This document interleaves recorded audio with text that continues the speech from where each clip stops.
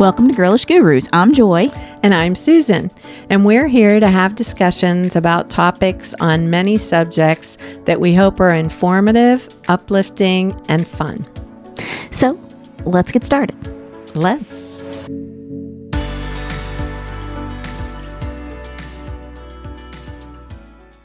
Thank you for joining us for part 1 of life insurance and long-term healthcare insurance with Gary Miller.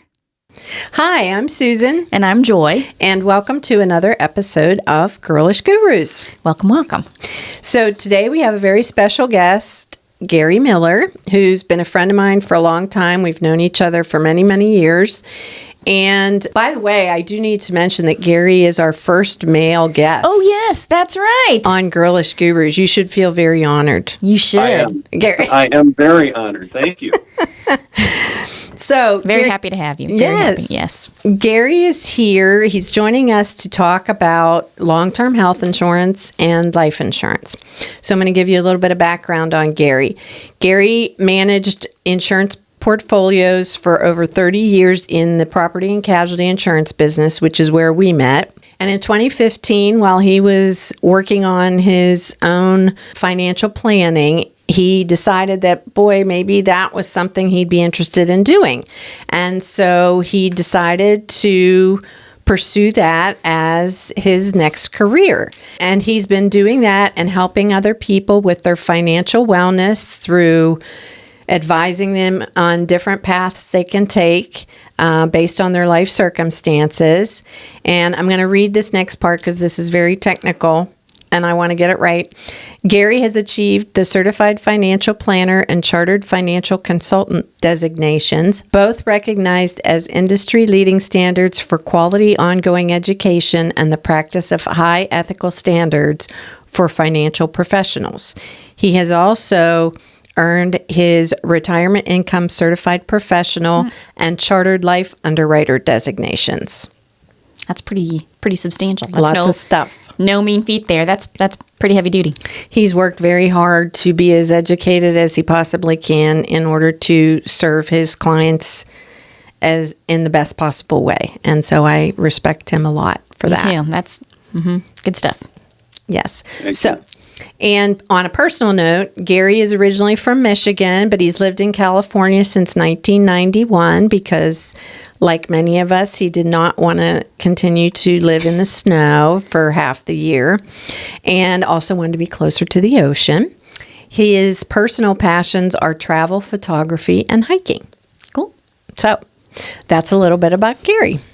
So again, Gary, thank you for joining us today. We so appreciate it. Yes, welcome. Oh, well, thank you both for inviting me.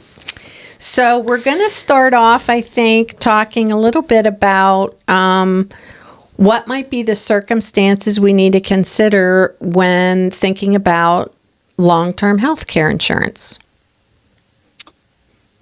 Well, long-term health care is, and life insurance, we'll get to that, but both of them are tools to really help individuals manage their finances through a long-term care experience after the death of a loved one.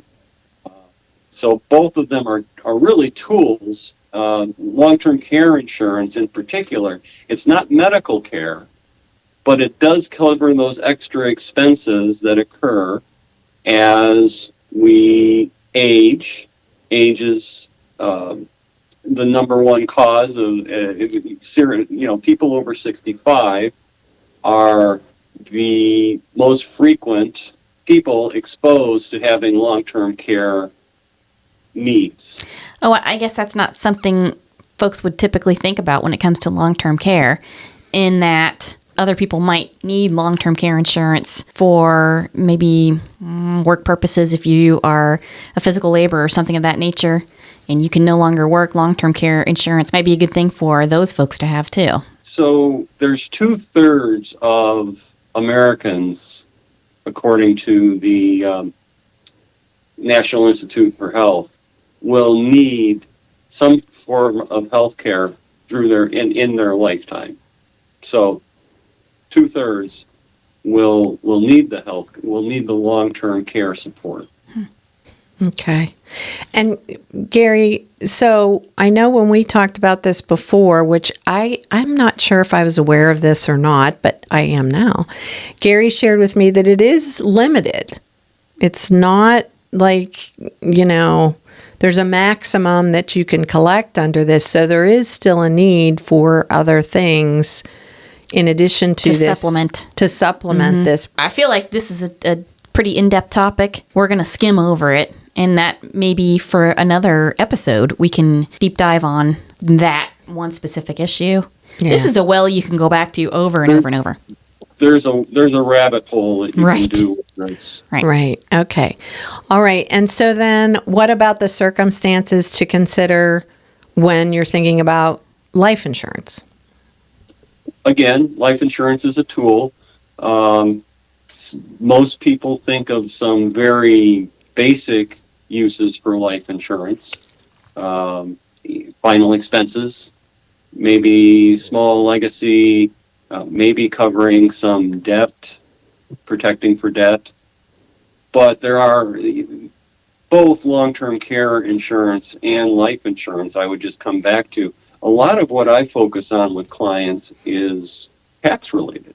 We're going to pay taxes, but to maximize the amount of money that my clients keep.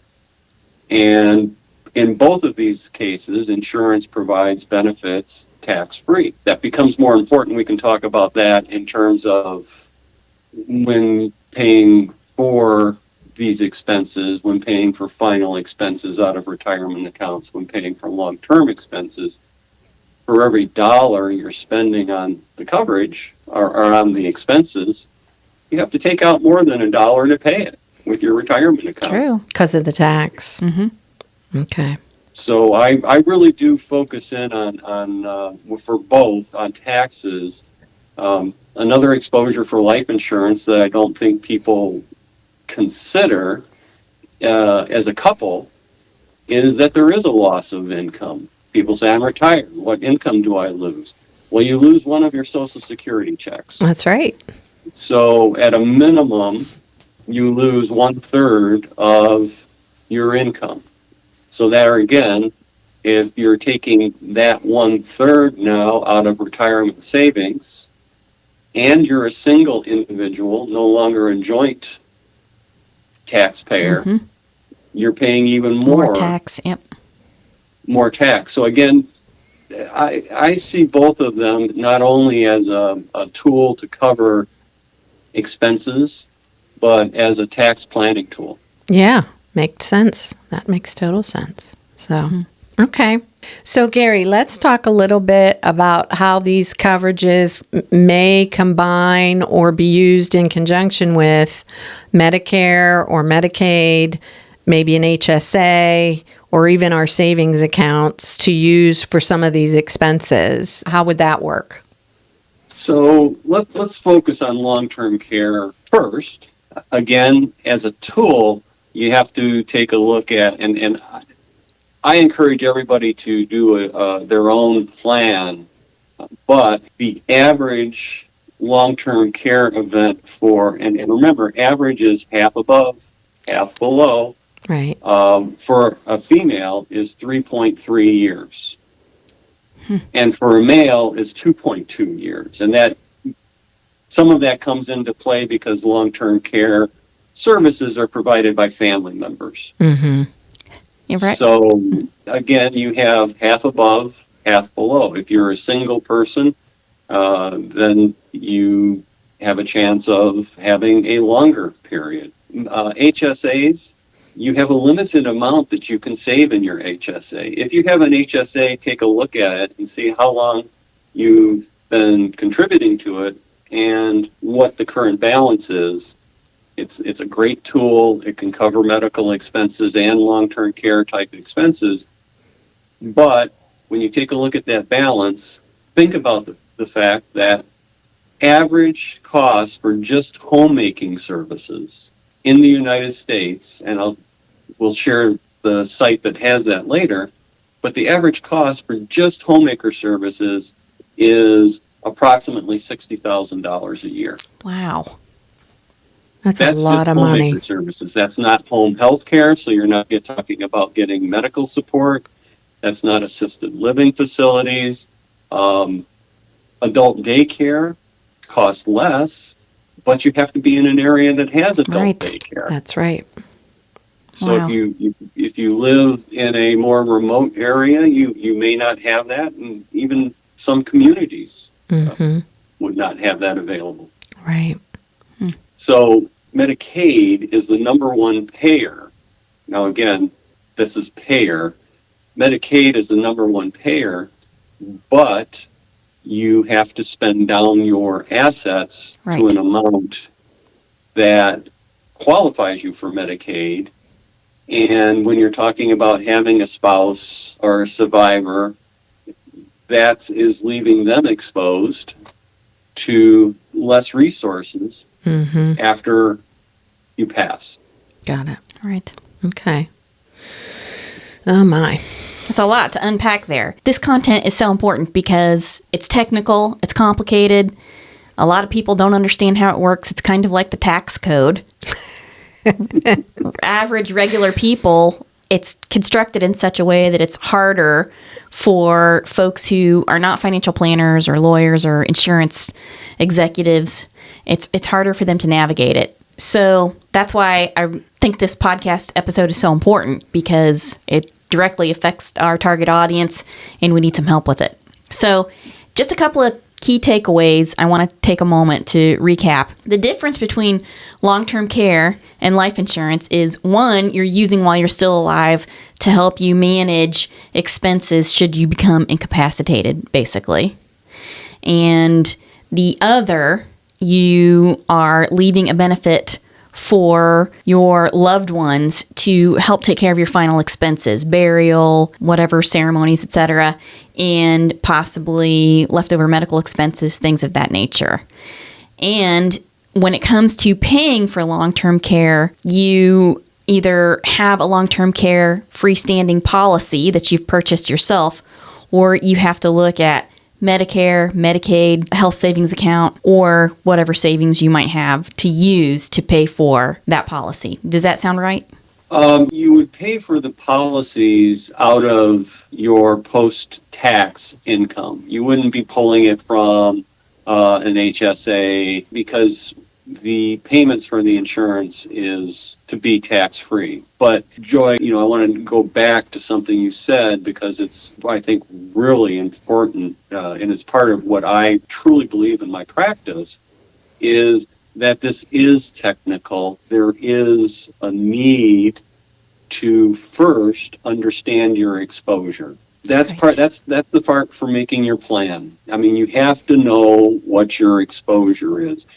Do you want it for long-term care? Do you want to stay at home? Do you have somebody at home that can provide you some level of care?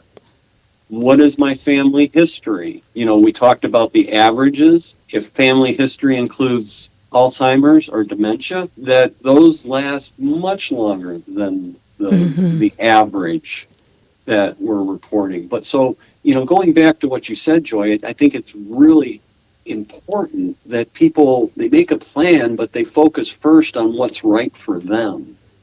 They understand, and yes, you can work with a financial professional on that, but if you're a couple, you should work on that as a couple, and then talk with a financial professional about the ins and outs. I have clients who come in and they tell me what they want. I try to step back with them and ask them what they're wanting to accomplish, and then let's take a look at how best to accomplish that. There's other ways to pay for long-term care expenses. The largest asset most people have is the home and the home equity, and they can tap into that. That might be part of their plan.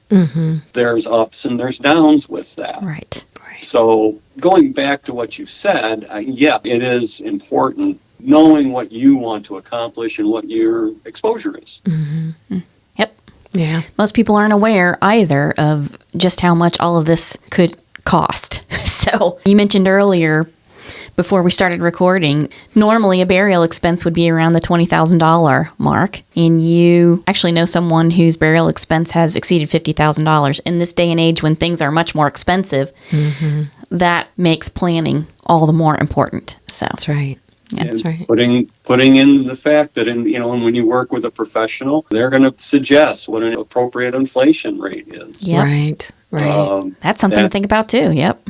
That becomes important because you're making a decision now for an event that's going to hopefully not happen. Well, life insurance, we know where that goes, but long-term care, hopefully it doesn't happen, but that is when you would be needing the benefit.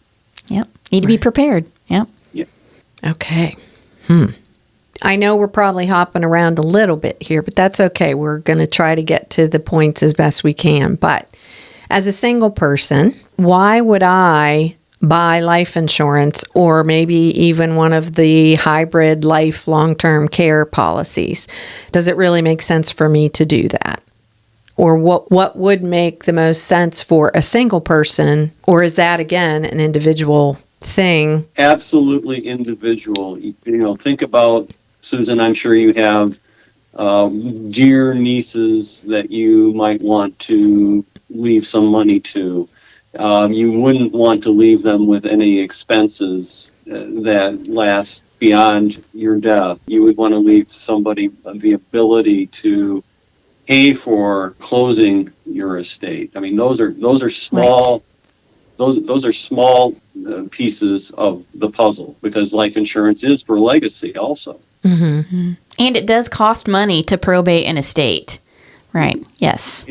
It definitely costs money to probate estate, and it costs more than, again, people think because costs are going up. You brought up the hybrid policy, and that's a good example because as a single person, you do have potentially a greater exposure to long-term care needs because you don't have someone at home who will be providing that first layer of care right when you need it. I mean, I think we've all had someone in our families who, one, have had a person ready to step in and do some of the help, and then other people who have not.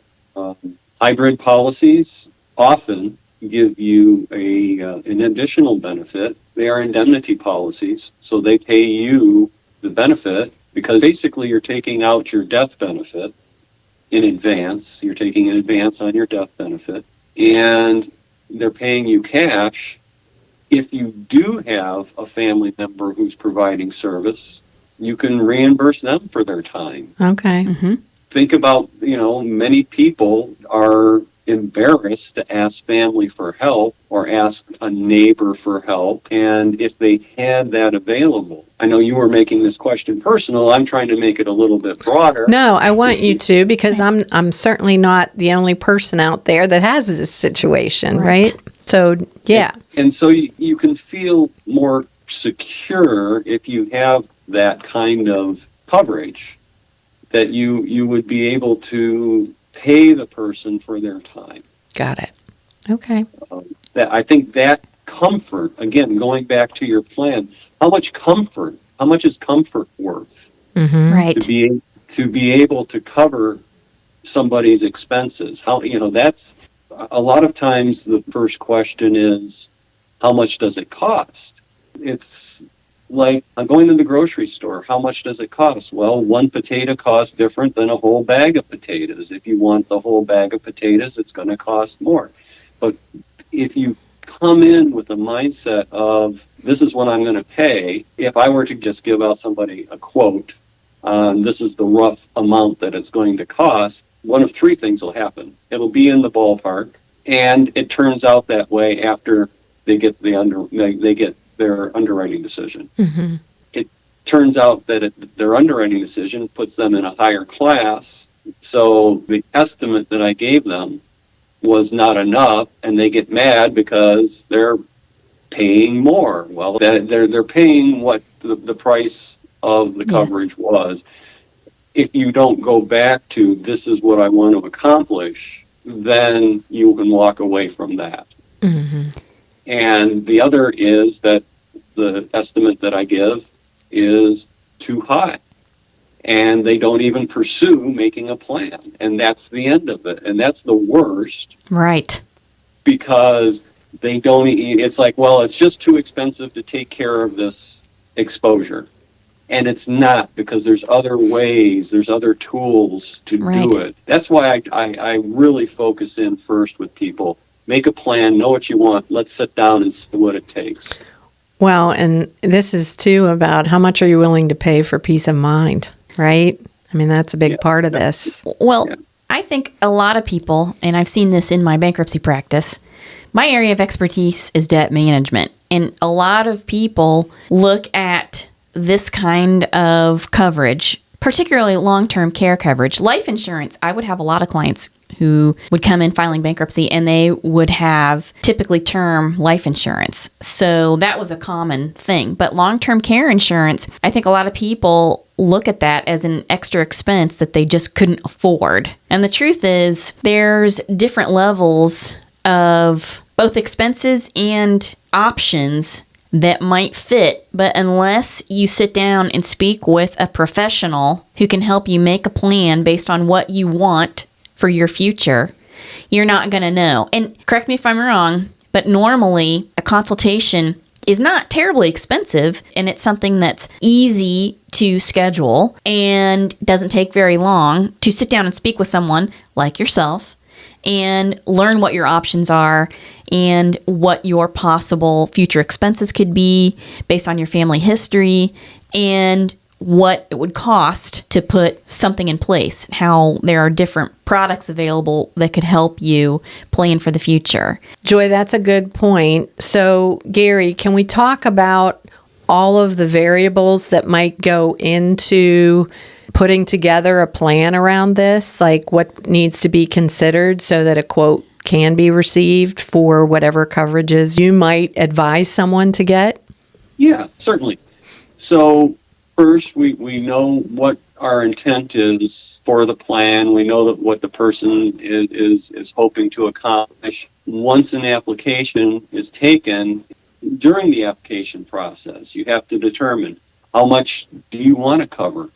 If you're planning on staying at home, do you need to buy a limit that would also cover skilled nursing care? You may choose in your plan to say, I'm going to cover this as the base, and then the additional, I'll find another way to fund.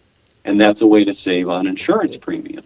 But health, I mean, let's face it, health is the number one factor that's going to determine what your final rate is. Additional things include how long do you wait before you start collecting coverage? Your waiting period for long-term care, is it going to be 3 months, or is it going to be 60 days, 30 days? Is it going to be 120 days? Do you have an emergency fund that could cover 120 days of extra expenses? Okay. That might be a way to cut expenses. Your professional would work with you to see, is it worth taking that extra risk for the additional? Everything is about adding value. Mm-hmm. What gives you the most value trying to accomplish what you want to accomplish? Okay. That makes sense. Yeah. Mm-hmm. Next to health, age is the next most important. Then it's if you want any additional protection. Long-term care protection. We talked about inflation. Long-term care protection can include inflation protection. Okay. If you're a couple, you can purchase coverage often that will combine limits so that if one partner doesn't use the full limits, that can be used by the other partner. Okay. So you have a pooling mechanism that costs additional premium because the insurance company is taking on more risk. Right. A lot of moving parts there. That's a lot to think about. Yeah. And that's why I really don't, I don't get into, let's talk about how much first. Oh, no. No, you can't. Okay. From a life insurance standpoint, I know you and I had talked about this a little bit, but one of the things that if you're a couple that really needs to be emphasized, I think, is the importance of losing that person's income and how much of an impact that can have on the lifestyle of the remaining spouse. So Absolutely. maybe talk a little bit about that. So from a Social Security standpoint, let's just go to the very basic. The very basic is you have one spouse that's getting their full workers' benefit and the other spouse who may not have been working their full career, so they're relying on one half of the other spouse's benefit. So you have basically 150% of that spouse's working benefit. When one dies, whether it's the spouse that had the higher working benefit or the spouse who was using the spousal benefit, one of those checks goes away. If you had two working spouses, which retirees have had two working careers, you're losing more than 1/3 of your income. I think we talked about the tax bite is that you are no longer a married filing jointly. Who knows? You may not have been married filing jointly before, but you're definitely not married filing jointly now. You're single and you're paying a higher tax rate. You have to assume that you're paying at least 2 to 3% more of your income in taxes. Another tax is the Medicare tax. Medicare premiums are based on income. Yep. Couples have a higher bracket before they pay the maximum premium. Once you're a single person, your income could put you subject to, and this happens in the third year. I mean, you get the surprise. Married filing jointly the first year, then the second year, you're filing single, and the third year, you're getting a Medicare bill that says you're paying more premium because your income has put you into a higher level. So now you even get less money out of that Social Security check that you're receiving. Wow. It's a big hit, and it's not something people typically put into their decision making. I'm sure. Yeah. So those are big things to consider, for sure. One other thing on taxes that, if you don't mind me adding, is that we have gone from a generation of having pensions to having retirement savings. True. Right. In 401ks. And we have the benefit of being able to leave those because those are assets, which we didn't have as pensions, but they are also taxable when they come out. Right. So your spouse is taking money out of that, your surviving spouse. That's part of that additional tax you're paying. It's not just the Social Security you lose. If you're taking out of retirement savings, you're taking out of taxable income, so that's where you get more tax. And if after both spouses, or, Susan, you as a single one, if you're leaving your 401k money, your IRA money, to, again, a loved one, and you look at the balance, and for just sake of putting a number out there, let's just say it's $200,000. Might be more, might be less, but let's just say $200,000.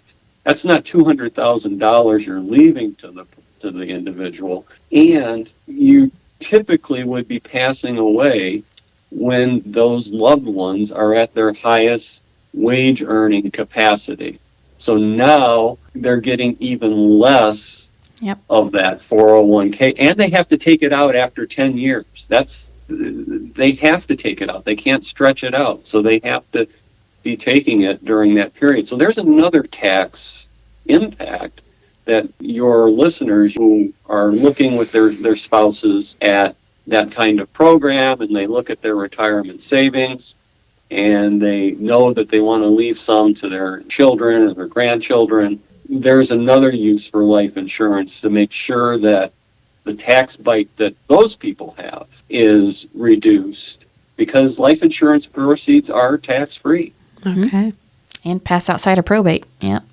Yeah. And, I keep coming up with these, I'm sorry, but, another transition cost people don't think about is grief therapy. I mean, we have that available now, which was something that our parents really didn't think about. But, a lot more people think about grief therapy. That costs money. Life insurance can help offset that without somebody feeling like they're taking on an extra expense. Right. Wow. All good points. And things I can pretty safely say most people don't think about. No, I think you're right. When people sit down with me, I can tell you that the majority have not really processed those. They want death benefit from their life insurance, but they're not really sure how that death benefit is going to benefit their survivors. The last thing I'd like to ask before we end this call, Gary, is to talk a little bit about you specifically and your business. I think it's important, first of all, to let our listeners know where they can find your information, and we'll put links to your contact information in the notes of this episode. So, Gary, can you talk a little bit about yourself and give our listeners a little bit more information? Well, I can. I'm licensed in 4 states, but fortunately, I have the ability, because I am licensed in California, I can register as a non-resident representative in pretty much all states. So that is not necessarily a limitation to working with people, but really what I'd like to, offer your listeners 15, 20 minutes of time to answer questions. Joy kind of goes to the point where you said it's not that expensive to explore. We can set up something through email to make a call, make a video call, whatever works for the client. Some people don't like getting on video calls. I can handle talking on the phone. I do it pretty much every day. And just answering questions, not talking about me representing you, but talk about the questions you have about what we talked about today. And if there's additional questions that you've thought of, let's take 15 or 20 minutes. Go over those questions so you can feel good about approaching a professional. If there was a reason for us to continue the conversation that we both agreed it was worthwhile for you and for me. I am a business person, so I work for a fee. I also, if I do provide access to programs, I do receive a commission. I'm very transparent in how that occurs. Yay. And that is a possibility that we would end up working together. But I really, really feel it's important. Like Susan pointed out early that my interest was helping people.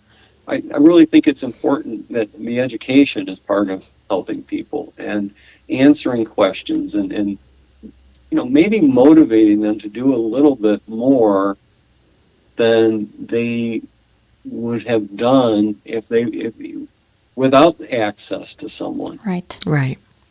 Yeah.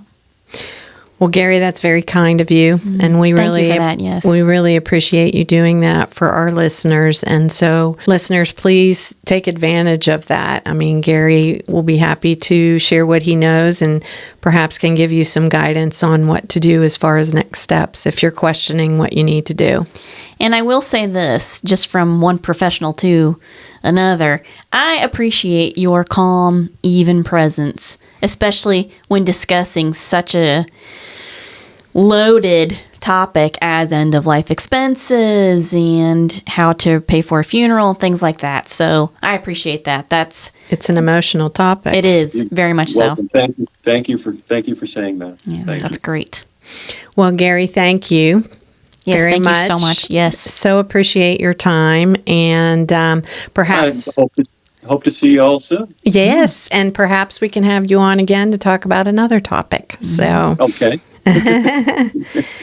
Well, thanks again for joining us for another episode, and we'll see you all next time. Bye-bye. Bye. Bye. Stay tuned for the next episode of Part 2 of Life Insurance and Long-Term Healthcare Insurance with Gary Miller. And don't forget to check the description for Gary's contact information. Thanks for joining us on another episode of Girlish Gurus. We hope you'll join us next time for another fun and interesting topic. And please be sure to check the notes for information and links that were included in this discussion today. Also, don't forget you can find us on our social media platforms, starting with Instagram, Facebook, and now, including YouTube. You can find us by searching Girlish Gurus. And please remember to give this episode a good review and share it with your girlfriends, because the more interaction we get with our podcast episodes, the more episodes we can post. Finally, you can find us on our website, girlishgurus.com. Thanks again. See you next time. Bye.